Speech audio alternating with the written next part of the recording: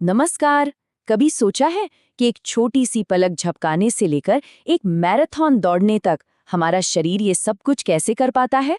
आज हम इसी कमाल की मशीनरी के पीछे के विज्ञान को समझने वाले हैं कि कैसे हमारी मांसपेशियां और हड्डियां एक साथ मिलकर काम करती हैं। तो चलिए एक दिलचस्प सवाल से शुरू करते हैं। एक जगह पर खड़े होकर हाथ हिलाना और चलकर कमरे के एक कोने से दूसरे कोने तक जाना, इन दोनों में क्या फर्क है? दोनों ही हरकतें हैं, पर क्या ये एक ही चीज है? ये सवाल सुनने में भले ही आसान लगे, पर इसका जवाब हमें सीधे मानव शरीर की हरकत के विज्ञान की गहराई में ले जाएगा। और यहीं से बात आती है दो बहुत जरूरी शब्दों की। पहला है संचलन, जिसे हम मूवमेंट कहते हैं, और दूसरा है गमन यानी लोकोमोशन। सुनने में एक जैसे लगते हैं ना, लेकिन बायोलॉजी की दुनिया में इनके मतलब बिल्कुल अलग हैं। इसको ऐसे समझते हैं, संचलन का मतलब है शरीर के किसी भी हिस्से की पोजीशन में बदलाव, जैसे कि ये हाथ हिलाना। लेकिन गमन एक खास तरह का संचलन है जिससे पूरी की पूरी जगह बदल जाती है, जैसे चलकर एक जगह से दूसरी जगह जाना। तो चलना, दौड़ना, तैरना, ये सब गमन के उदाहरण हैं। और एक लाइन है जो इस पूरी बात को एकदम साफ कर देती है। सभी गमन संचलन है, लेकिन सभी संचलन गमन नहीं है। मतलब जब भी हम एक जगह से दूसरी जगह जाते हैं तो मूवमेंट तो होता ही है, पर हर मूवमेंट का मतलब ये नहीं कि हम अपनी जगह भी बदल रहे हैं।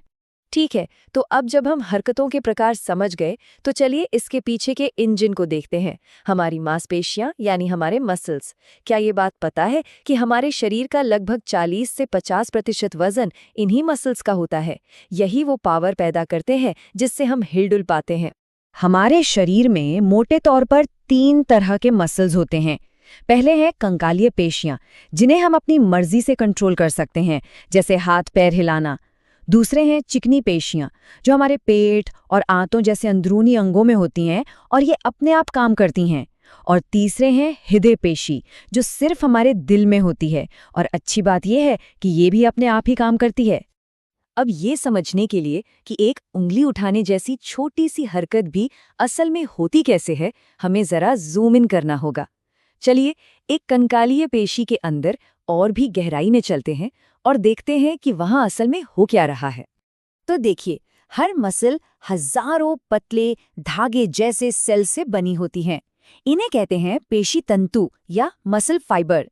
ये असल में बहुत लंबी कोशिकाएं हैं जो एक साथ बंधी होती हैं और सारी की सारी एक्शन यही होती है। अब इन मसल फाइबर्स के अंदर भी दो मेन खिलाड़ी हैं, एक्टिन और मायोसिन। इन्हें हम पतला और मोटा तंतु भी कह सकते हैं। मसल्स का सिकुड़ना या कॉन्ट्रैक्ट होना इन्हीं दोनों प्रोटीन्स के आपसी खेल पर टिका है। लेकिन एक्टिन और मायोसिन को अपना काम शुरू करने के लिए एक स्विच चाहिए होता है, और वो स्विच है कैल्शियम आयन। जैसे ही हमारे दिमाग से सिग्नल आता है, कैल्शियम रिलीज होता है।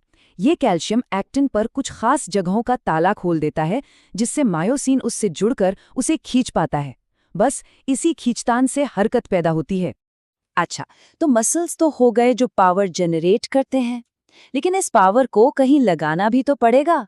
यहीं पर कहानी में एंट्री होती है हमारे शरीर के ढांचे की, हमारा कंकाल। ये वो मजबूत आधार है जिसके बिना कोई हरकत मुमकिन ही नहीं है। एक एडल्ट इंसान के शरीर में होती हैं पूरी 206 हड्डियां। सोचिए, 206। और ये सिर्फ एक फ्रेमवर्क नहीं है, ये हमारे नाजुक अंगों को बचाता है, हमें सपोर्ट देता है और सबसे जरूरी, हमें चलने फिरने में मदद करता है। अब इन हड्डियों को इनके शेप के हिसाब से अलग अलग तरह से बांटा गया है। सबसे पहले आती हैं लंबी हड्डियां, जैसे हमारे हाथ और पैरों की। ये एक लिवर की तरह काम करती हैं, जो मसल्स की ताकत को बड़ी हरकतों में बदल देती हैं। फिर आती हैं चपटी हड्डियां। इनका काम है एक शील्ड की तरह, एक सुरक्षा कवच की तरह। हमारी खोपड़ी हमारे दिमाग को बचाती है और हमारी पसलियां हमारे दिल और फेफड़ों की हिफाजत करती हैं। साथ ही ये मसल्स को जुड़ने के लिए एक चौड़ी सतह भी देती हैं।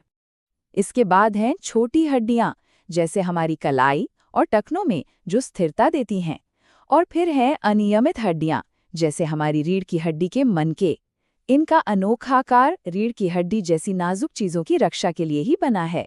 और आखिर में एक बहुत ही स्पेशल टाइप की हड्डी है, सेसमोइड हड्डी। इसका सबसे बढ़िया उदाहरण है हमारे घुटने की कटोरी। जिसे पटेला कहते हैं। ये बड़ी अनोखी होती है क्योंकि ये टेंडन के अंदर बनती है, उसे घिसने और तनाव से बचाने के लिए। तो अब हमारे पास पजल के दोनों हिस्से हैं, पावर देने वाले मसल्स और सपोर्ट देने वाला स्केलेटन। तो सवाल ये है कि ये दोनों मिलके काम कैसे करते हैं, इनकी पार्टनरशिप कैसे चलती है जिससे हर तरह की हरकत मुमकिन हो पाती है। इसका जवाब है टेंडन यानी कंडरा।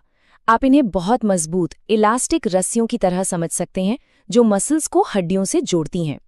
तो जब कोई मसल सिकुड़ता है वो टेंडन को खींचता है और टेंडन हड्डी को खींचता है। बस इसी से हमारे जोड़ों पर हरकत होती है। हाँ, पर यह सिस्टम हमेशा परफेक्टली काम नहीं करता। ऑस्टियोपोरोसिस जैसी बीमारियां हड्डियों को कमजोर कर सकती हैं और गाउट जैसी समस्या जोड़ों में सूजन पैदा कर सकती है।